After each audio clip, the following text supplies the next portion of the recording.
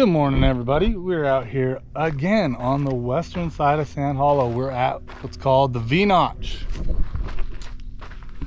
This is a pretty cool little obstacle. It's yeah, it's a V-Notch. I don't know. I mean, that's a pretty good descriptor of it. I will drop the coordinates in the description of this video so you can see exactly where I'm at, what I'm doing. Beyond that, this one actually has a little bit of a technical aspect to it, just in the fact that you don't want to fall down in.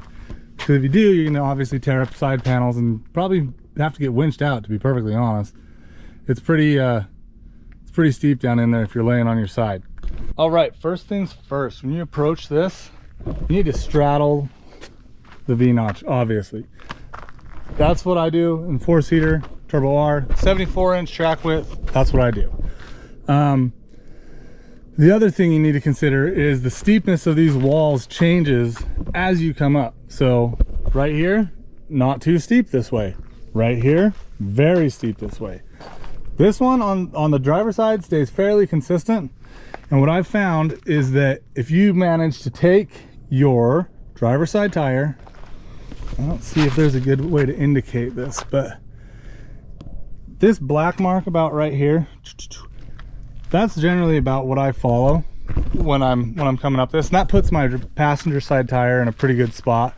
And when you get up into this spot where this is pretty straight up and down, you got a pretty good wedge on both sides that kind of pinches your tires in, and it helps you hold traction. You got to be careful with it, but it does help.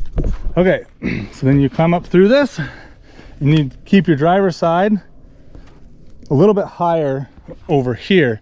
And that's because, as you can see, when you get to the top, this side is steep and this side is actually pretty mellow because you got this hump to come over. What I find that I end up doing is I end up focusing on this spot right here on the driver's side a lot because it's steeper. But you need to also pay attention to when your passenger side is coming over the top of this, because you are gonna absolutely, unless you're on bigger tires or portals or something to get the body up out of the way, you're gonna hit. It's gonna slam on this section right here as the front tire drops down and your back tire is still down up here climbing. So you need to make sure you're smooth on the brake coming over that, so you don't just come over and slam it down, and you just kind of set it down over and then slide up off. Once you get through that part, all you got to do is make it down this part here. And if you're in a narrower side-by-side, you shouldn't have any issues. Wider side-by-side, still shouldn't have any issues, but it is a little bit, you know, a little bit of a squeeze. You might want to watch your rims, things like that. All right, let's go take a look and see what that looks like.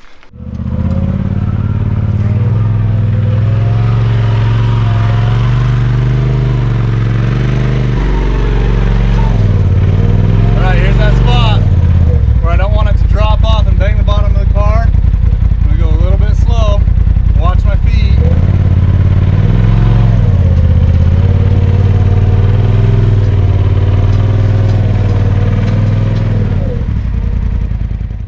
Like that, so that's smooth. Now that I'm over that, I'm gonna go driver some more to try and keep that back tire sticking in to the driver's side wall there.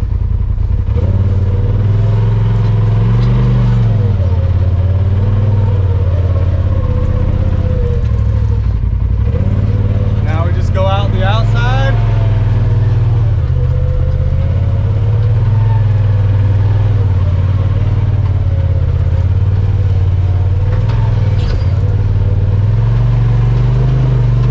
All right, guys, that's it. That's all there is to it. Again, check out the description. I'll have the coordinates or a link or something to exactly where I'm at.